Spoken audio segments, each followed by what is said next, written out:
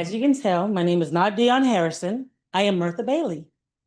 I will be presenting on this topic today, so give me just 1 second, and then we'll get started in a second.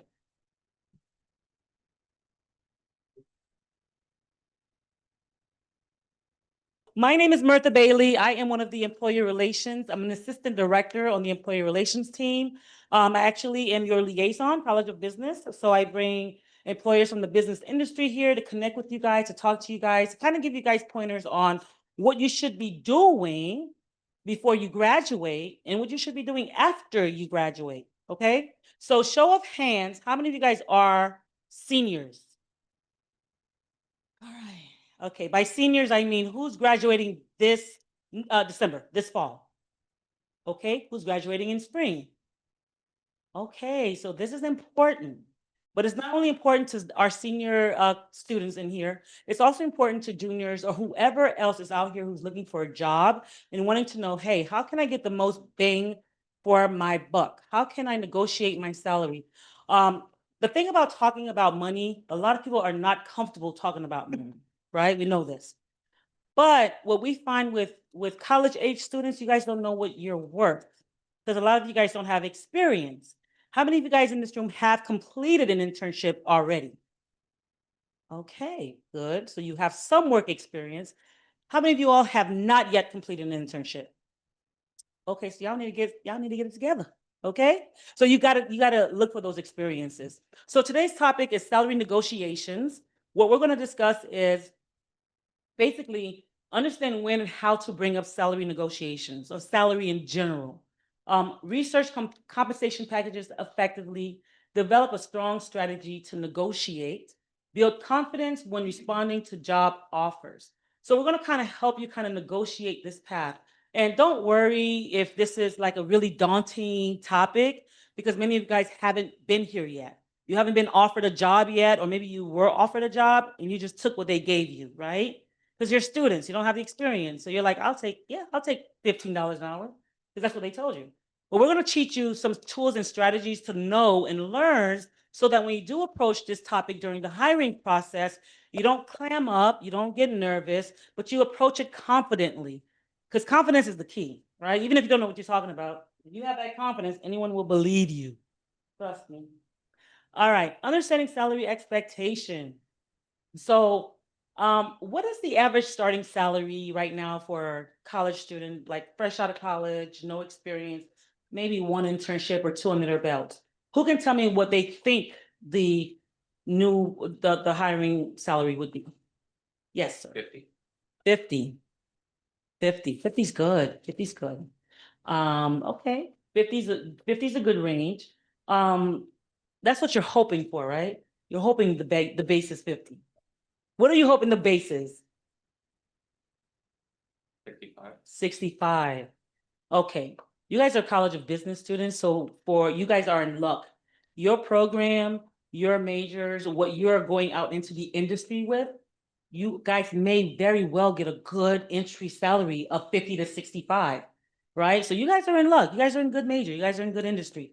But it will depend on the employer, and it will depend on what you have on that resume. Because everyone's not giving you 50,000, 65,000 off the bat based on you just having a college degree. Okay. I know everyone pushed you out of college. I know I did. And we said, go to college, get that degree. You're going to come out, you're going to make this much money. That's not always the case. So temper your expectations is what I'm saying. Understand that when you go into as an entry level employee, that what you're going to get paid is contingent upon your resume, your experience, and what you bring to the table. So good point, but the salaries are about 50,000 for new grads out of college. But if you're hoping to get more than that, you have to beef up your resumes. You just have to. So ask yourself, if the initial offer is 35,000, what do you say when your expectation is 50 and the employer says, we can start you off at like 36,000. You know who's giving people $36,000 salaries here in the state of Florida? UCF. Okay, so it's not unsurprising that if you go for a job, they may very well offer you 36, 35,000. That's reality.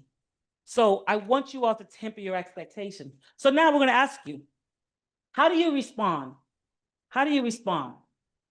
What data can you reference to kind of use for your best interest to say, well, I hear you, you're offering this 35,000, but based on my experience and this preferential, like your preferred qualification, I think I should fall between, I don't know, 48 to 50, right? You got to do your research. What do you know about the value you bring? What are you bringing to the table that's going to make you or make the employer say, oh my gosh, this person is good. You know what? Maybe we can give them 48,000 because they know how to use Canva. They're really quick with technology. They know how to use Scribe. They're creating SOPs left and right. So they are going to bring value to our company. We're going to give them more money, right? These are the things you need to know if you're trying to negotiate your salary. How do you bring value to that role? So, when to talk about salary. So, the first thing is when you're talking about money, like I said before, a lot of people get uncomfortable. A lot of young new hires get uncomfortable because you usually just take what people offer you because you don't know what the offer should be. So you're like, oh, 40,000 sounds right. I'll take it. So you don't negotiate. Negotiate everything. Negotiate everything because the worst thing that they can say to you is no, right? And you're pretty much already at no. So, first thing is avoid bringing it up too early in the interview process. I tell students all the time, if you're meeting with an employee the first time, you do not want to bring up, hey, first of all, you should know, but don't bring up, how much does this role pay? What's the salary? Because what is the employer going to think about you if you're asking about the salary at the interview? You didn't do your homework. You didn't do your homework. A lot of employers will put the salary on the job description, but a lot of them don't. So if they don't have the salary listed, what you should do as the applicant, you should do your research. There's tons of places to go to do the research on what you should expect that salary to be. Okay? So you should never ask during an interview process, how much does this role pay? Or what should I expect? Because you should either A, they should have already listed the salary for you, or B, you should have done some research to know that an entry-level financial manager makes 60,000. And so you shouldn't even ask for that, right? You should know this. So wait until the employer expresses interest or makes an offer first. The employer usually makes the offer to you, and sometimes they make a verbal offer. They'll tell you, they'll say, hey, Jack, I think we want to bring you on. We're going to start you off at 65,000. Sometimes they make that verbal offer to you while you're there. Guess what happens when they make a verbal offer to you when you're there? They catch you off guard, right? Because you didn't expect to talk about money, but also if you didn't do your homework, you don't know if $65,000 is really that good of an option. You're thinking, oh, that sounds good. I'll take it, right? But that you don't know. So the verbal offer, I always say, if you ever go to an interview or you have a second interview or a phone call and they say, hey, we're going to give you this. If you're satisfied with the $65,000, definitely, oh my gosh, that's awesome. That's the range I was hoping for. Thank you so much. What would be the next steps, right? But if you were not expecting 65 and maybe you're expecting 70, take a beat, take a breath. Thank you for that. That's a good offer. However, I would like to take some time to think about it.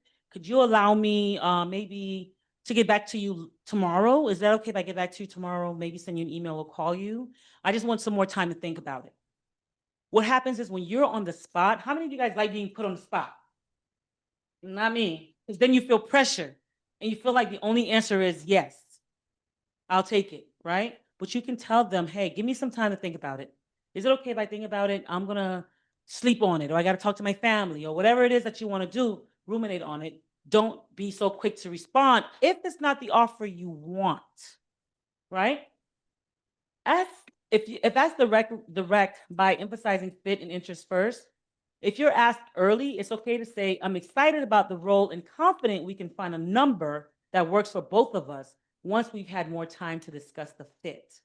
So another way to kind of delay that money conversation is, especially if you're not comfortable with the initial offer, is to say, well, like I said before, thank you for that offer. It sounds really good, but can we kind of have another discussion? Because I think what I bring to the table kind of merits more than the 65 you're offering me. So that's another way that you can kind of delay the conversation, right? Okay. I mentioned this earlier. Do your research. How many of you all have done research on salaries for the jobs or the profession that you're going into? You've already done your research. You already know what numbers to expect on that first interview, right? I'm going to call on some people because I want to hear these numbers. I work in higher education. My number's not that high. Sir, I think you had your hand raised. I think so. Yeah. Yes. If you don't mind, I know people don't like to be put on the spot, but how much was the initial salary for the job you looked for? Mostly like 45, 50. 45, 50, right? 45, 50 for entry level. Yeah. Anyone else want to share how much the position, the job, the profession they want to go into? What is the base pay when they did their research, when you guys did your research that you saw? Anyone want to share? Yes. I got an offer for 55. You got an offer for 55? Encounter. All right. Okay. You got to share some tips with us over here. You might be my co-presenter. Very good. Very good for you for counter offering. Okay. Anybody else want to share what they found when they did their research or if they've been offered something already? Yes. 75, 80 pay for public accounting. Nice. Just based off of like what the people who last year started. Exactly. And that's what you're going to find. You're going to find when you go to Glassdoor, salary.com, or any one of these links here, feel free to take a picture, write it down, take notes. These are really good resources for you guys to do your research.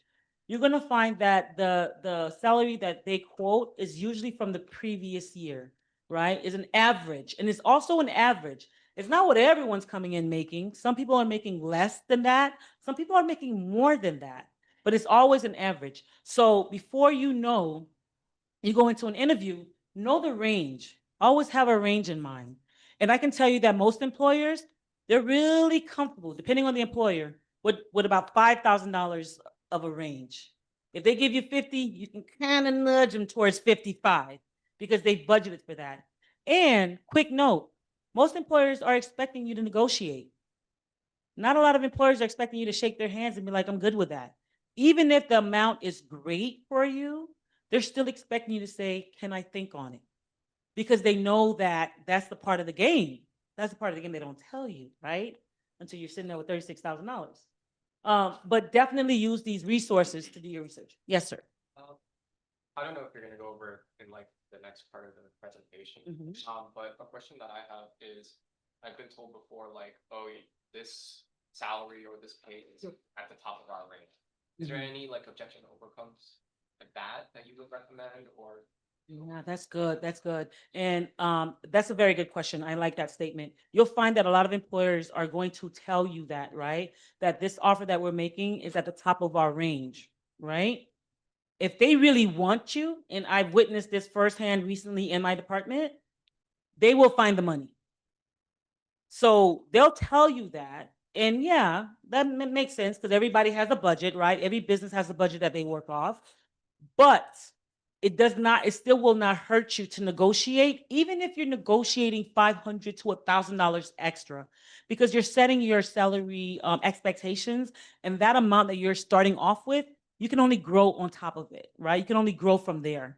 If you're starting low, then your salary projection is going to be low. So even if they tell you that they're at their top of their budget, say, I understand. And how do you negotiate that? I think that's the other question. How do you negotiate? How do you like convince them that you're worth the extra $1,000, $2,000 that you're hoping to get? When you look at a job description, a lot of times, it might not be the next one.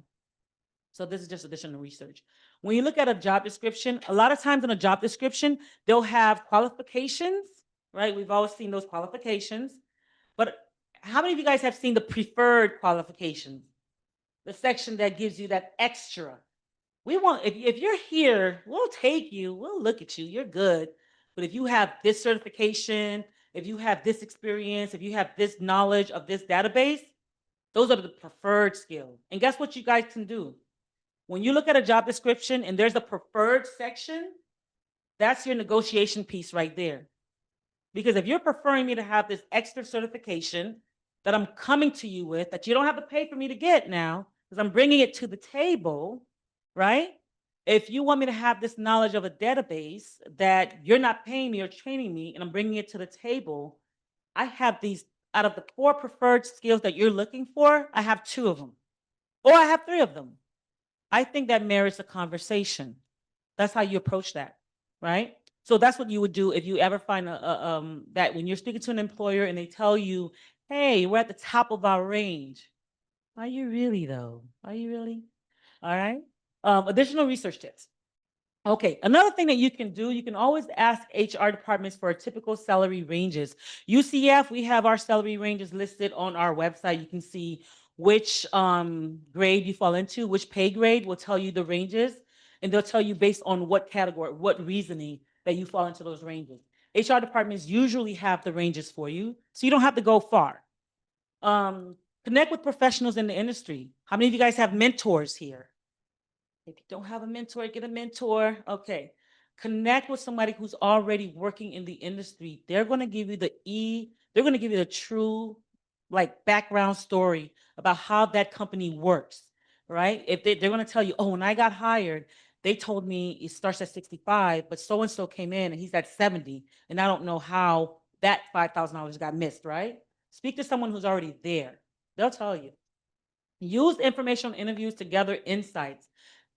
Show of hands, how many of you guys have done informational interviews? Great, okay, okay.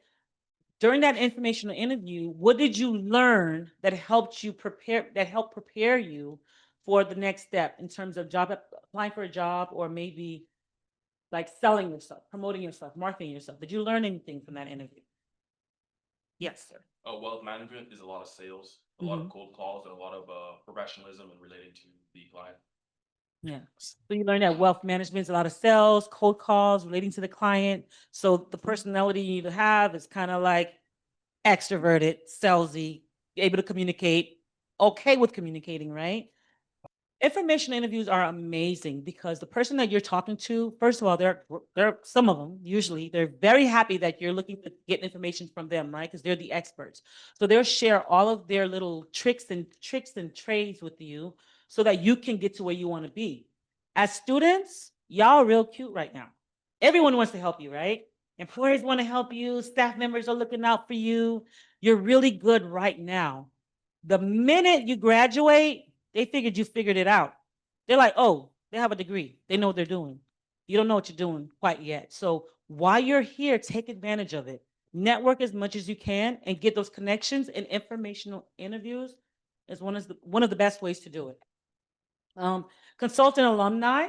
We have a wonderful alumni center here on campus. They do all kind of great events. Connect with them. Mentors or LinkedIn contacts. Connect, because they're going to give you the truth behind all of the facade that HR hides when it comes to job and job details. Okay. Okay.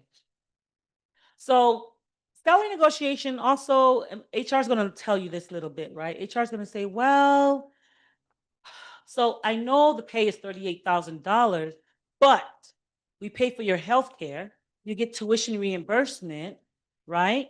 You get 2 weeks off for Christmas and New Year's. So we factor all those things in. Your full benefit package is actually 70,000. So you're doing really well for a first time like new hire. How many of you guys would take that job if they told you that? Show of hands. Nobody would. Oh, 2 people, 2 people. Okay, y'all don't watch the news. I know that Affordable Care Act, y'all medical bills gonna go high.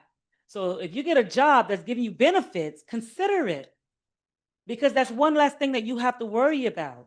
You don't have to worry about that medical bill. What if you want to go back to school and get a graduate degree and they have tuition reimbursement? That's another thing, right?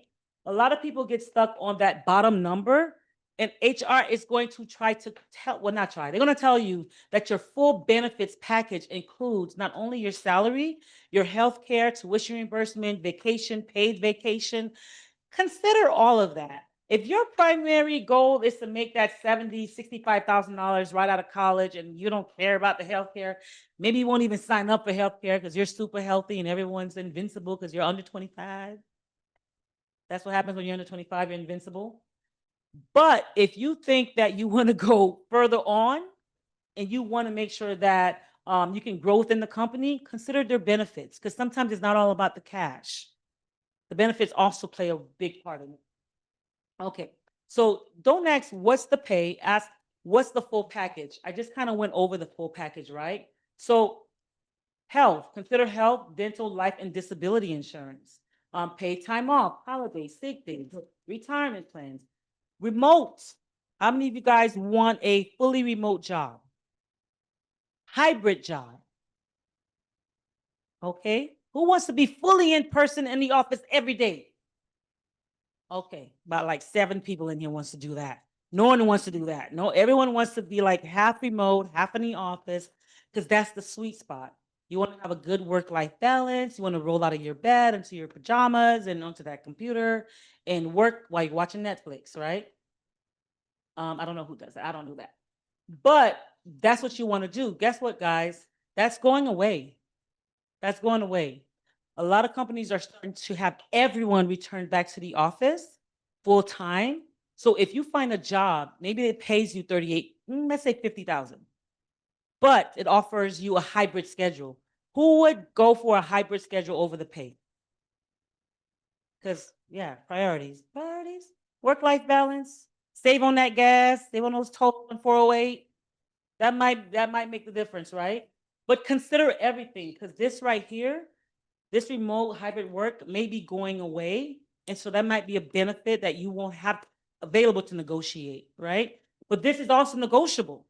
If you have an employer that has this offering still, you can still talk to them and say, okay, I'm worth 75, you're offering me 60. Would you consider letting me have a remote day at home? One remote day. I'll take the 60,000, but would you consider that? So that's also something that you can negotiate in today's climate. I don't know if they're gonna do it, but you can negotiate. You can try. You can try. Okay.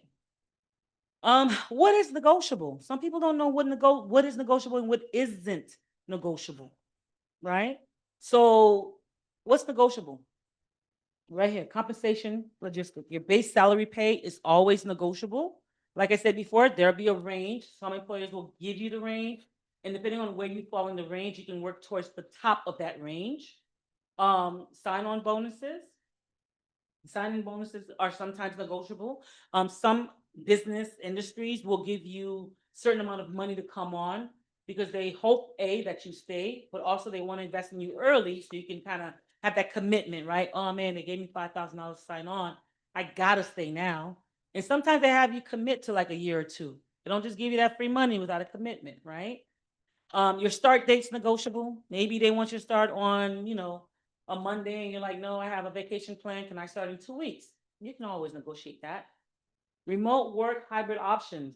As I mentioned earlier, that's also negotiable, right? Especially in today's climate because they really want everybody to go back to the office. So if you can find an employer that will negotiate that with you, you're winning. Relocation reimbursement. If you're moving out of Florida, you're going to Georgia, you're moving to California, you're leaving the state of Florida, and they're willing to pay for you to move or not. You can negotiate that. That's another thing that you can negotiate. Growth benefits, professional development. What's my professional development budget? How much are you pouring into me to keep me on top of my game, right? That's another thing.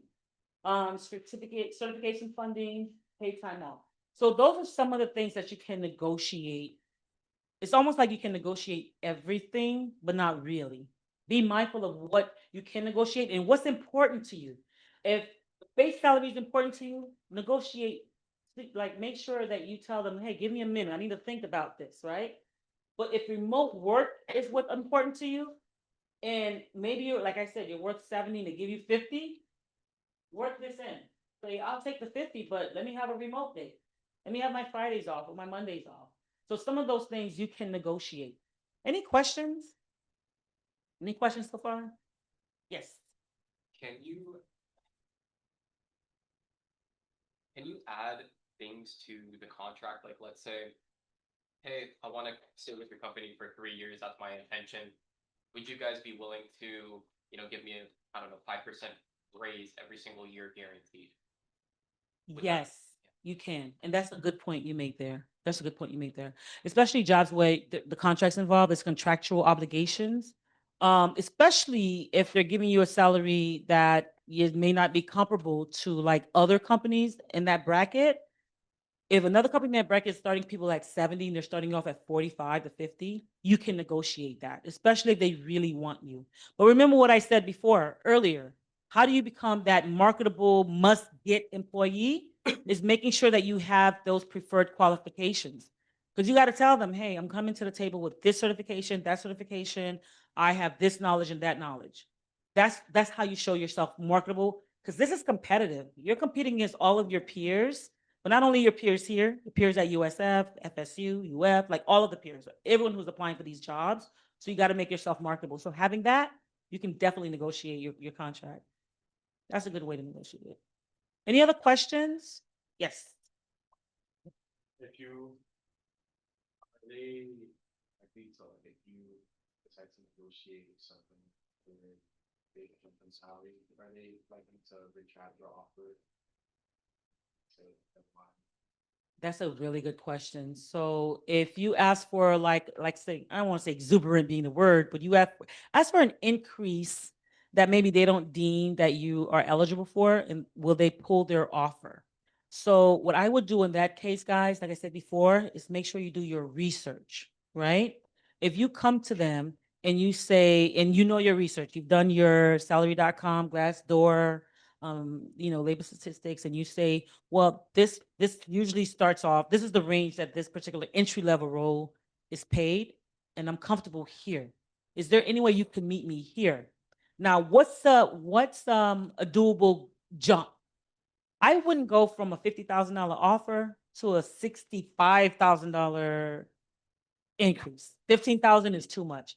Remember I said that many employers and organizations, they can swing about 5,000. 5,000 is easy for them. 5,000 is like a drop in a bucket if you break that down into, 52 paychecks.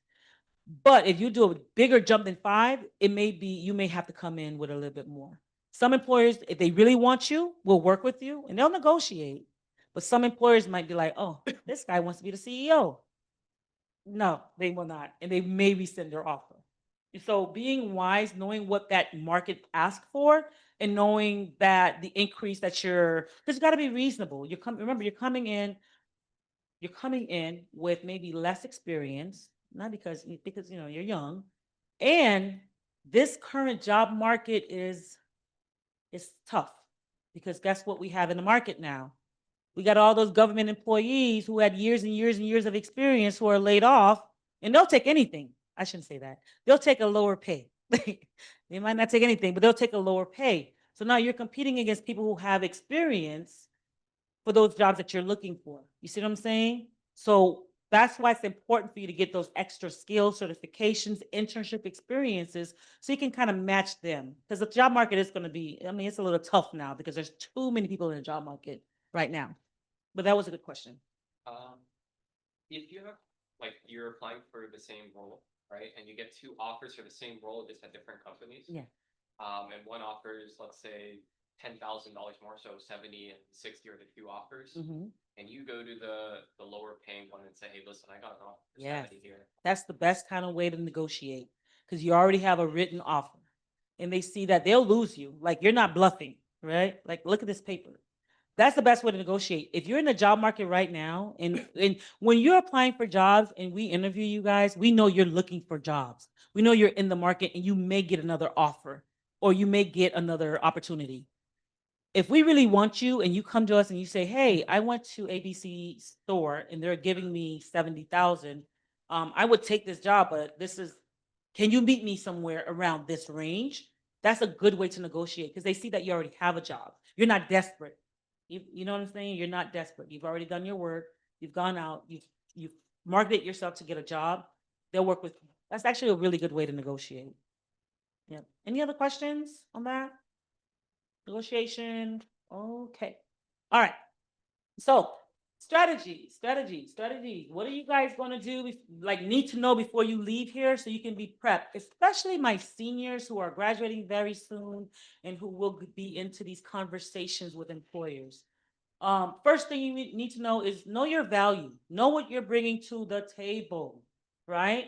In the current job market, there's about 5 generations of people hanging around in this job market in the workforce. You got your boomers are still out here. They're hanging out, right? Boomers are hanging out, Gen Xers are hanging out, millennials are hanging out. But what you guys have in terms of advantage is that you guys are tech savvy. A lot of these folks don't want to be bothered with technology. So you bring that knowledge and that awareness, right? You bring fresh ideas, ways of thinking. You're innovative because you've been in school, you've been connecting with these other innovative people. So you have those things to bring to the table. Make sure you know how to sell that to an employer. If you don't have an elevator pitch, get one, practice it, clean it up, because that's your first sign, that's your first line of communication with an employer. Know your value. Focus on how your skills benefit the company. Like I said before, look at that preferred section on that job description. Try to hit as many of those bullet points in that preferred section, and you'll have a leg up when you're negotiating the salary. Just look at that preferred section on the job description. And then that's going to tell you how you'll benefit the company, right? Because they're telling you, we like this basic stuff, but if you got these extra things here, we want you. So definitely make sure you know that part of it.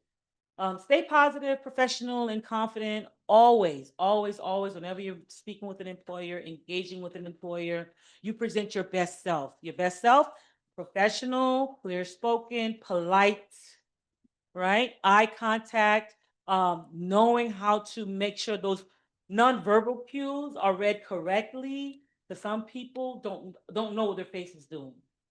Sometimes you're thinking you're looking all pleasant and you had a whole RBF going on. So make sure that you're comporting yourself the way you should be comporting yourself in front of an employer because you're trying to get that job, right? Send your representative. Don't send that person that hangs out on Friday nights. Send your representative to your job interview. But definitely stay positive, professional, and confident. Employers like to see a confident new hire or prospective employee. Make eye contact, speak like you know what you're talking about, but also be friendly, right? So stay confident, communicate confidently. Don't take it personal. Frame it as mutually beneficial. Don't ever take like you're not getting a job personal. Like I said before, the market is heavy. There's a lot of people in the market right now. You may apply to 5, 10, 20, 30 jobs before you even get an offer. So don't ever take it personal. It just means that that job wasn't for you. But if you're not getting interviews, something's wrong. Come to Career Services. We'll look at your resumes for you. We'll look at your LinkedIn profile. We'll get you correct, right? We'll set you up for success. But if you're finding yourself in the market looking for internships, looking for jobs, and you're not getting a hit, then there may be something that we need to look further, and that may be your resume. Your resume is not connecting, or you need to brush up that LinkedIn profile. So don't worry yourself, don't panic yourself. Don't take it personal if you're not getting a job, but maybe frame it as an opportunity to improve on some things that you may need to improve on, right? To get seen. All right. Next is practice your script aloud beforehand. This is kind of what I said about that elevator pitch. When you go to an interview, the first question they ask for a prize. Who can tell me what's the first question? For a duck. I got a duck for you.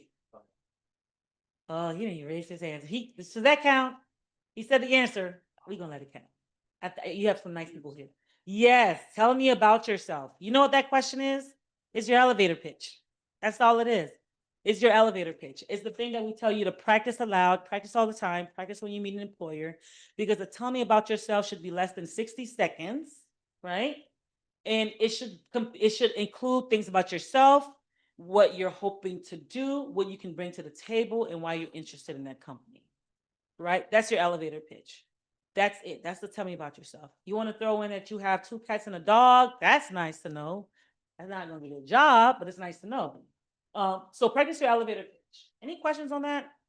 You guys should be good with this elevator pitch. I know the College of Business and Denise and Professor Kavanaugh, they do a great job with you guys. So. All right. Common mistakes to avoid. Common mistakes to avoid.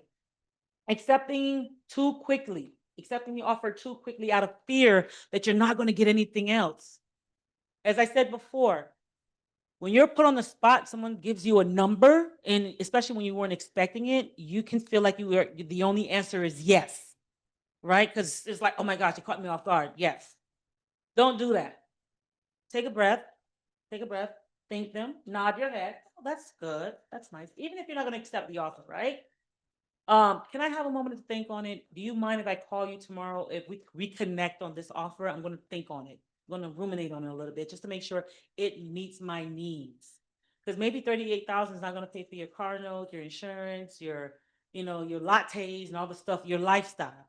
So you definitely don't want to accept too quickly out of fear that you may not get another offer or that this is the best they can do.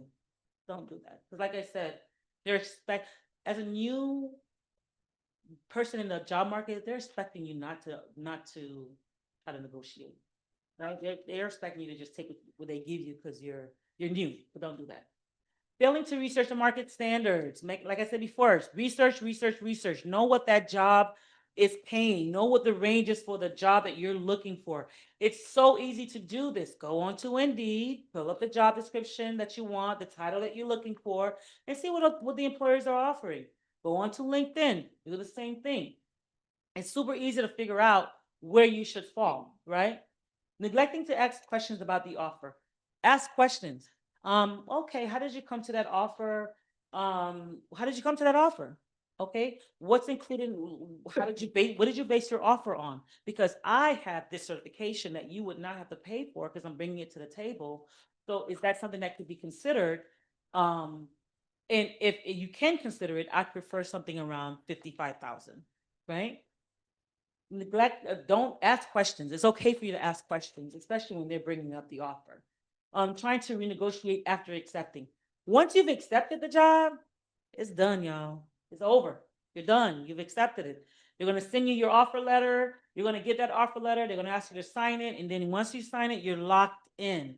So before you get to that step, make sure that the number that they offered you is actually what you want or you're comfortable with it, right? You can grow on, you can grow, work with it, you can grow upon it, you can get more training, you can increase it over time, but make sure you like the offer before accepting it. Um, Burning bridges when declining. So after you accept the offer, you sign it, and then guess what? Another company comes around, the company you actually wanted, and the pay you actually wanted, and you're like, oh man, I accepted 60,000, but now you guys are trying to offer me 70,000. I don't want this job at 50,000 anymore. What do you do? Do you just ghost them? What do you do? Oh, I saw, you know what? You guys are good. I saw a bunch of no's in the audience. You don't ghost, never ever ghost, because you never know when you're going to have to cross this bridge again with this other employer. It's simple. If you've accepted a job offer, they're ready for you to start, you're happy, they're happy, and then lo and behold, BNY calls you and offers you 70,000. BNY is on campus. And what do you do then, right? You reach out to the hiring manager that was offering you 50,000 and say, "Hey Jerry, I'm sorry to inform you. I was in a job market. I was looking. I was applying. Another company has offered me this rate, and I feel like this is a better offer for me. Now, as you said earlier, you can use that new offer to renegotiate with the company, even after signing the acceptance letter. They'll go back to the drawing board if they want you. If they want you, they'll say, like, "Oh, really? Well, we really wanted you, but let's talk about this money, right? Like this money." But if you don't want to go back to this company and they're not willing to negotiate, thank you for the offer. I really appreciate it. Learning about your company, meeting you guys. I think I'm going to move on with this company instead. It's okay. Don't ever burn the bridge though. Do not ever ghost anyone because the working world is a really small field and they talk. Those hiring managers and recruiters will talk. And they will tell everybody they know that you ghosted them because they tell us every time when a student ghosts them. All right. If they say no, stay professional and thank them for their consideration.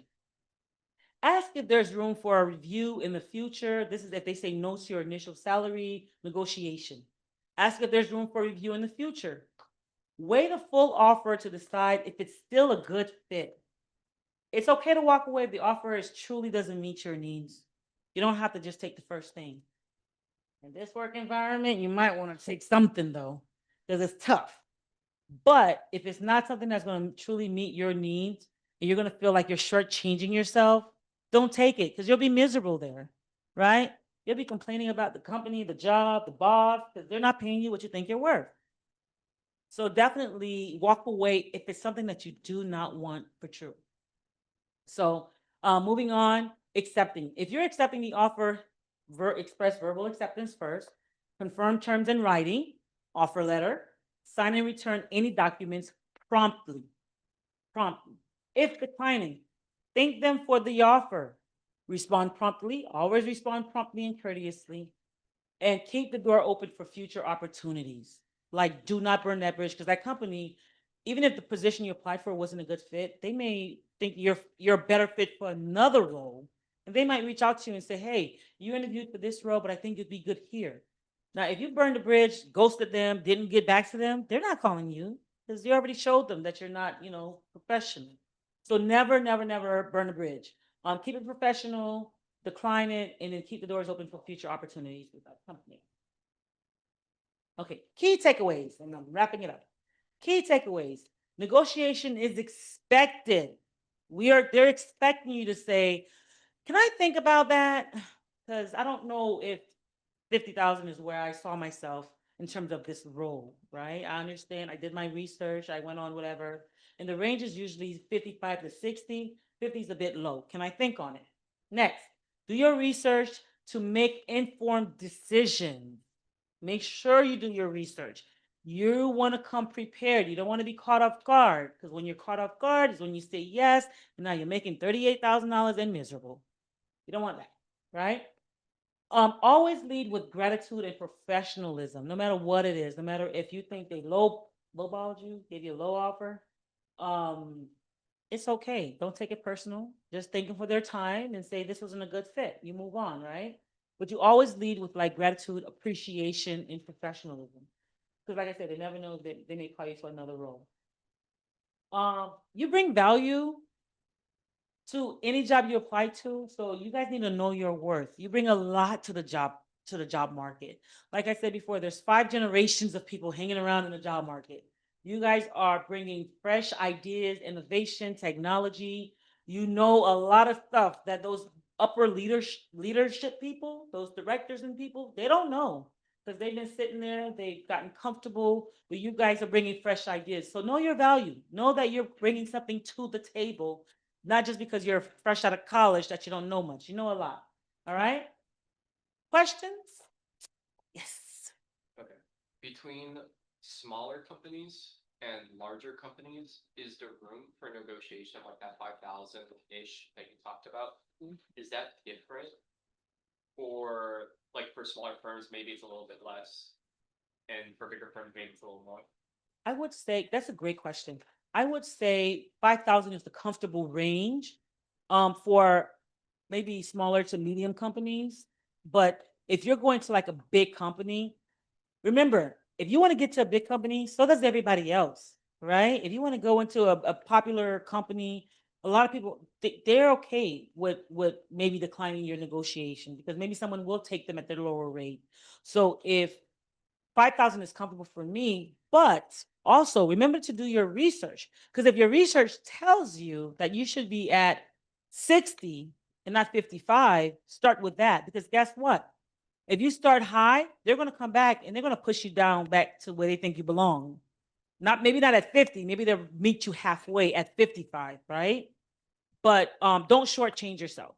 Don't start off too exuberant and crazy, but don't shortchange yourself. So I would say if they offer you 50, go sit maybe. Oh, also when you do your offer, people don't ever do round numbers because they just know you don't know what you're talking about, right?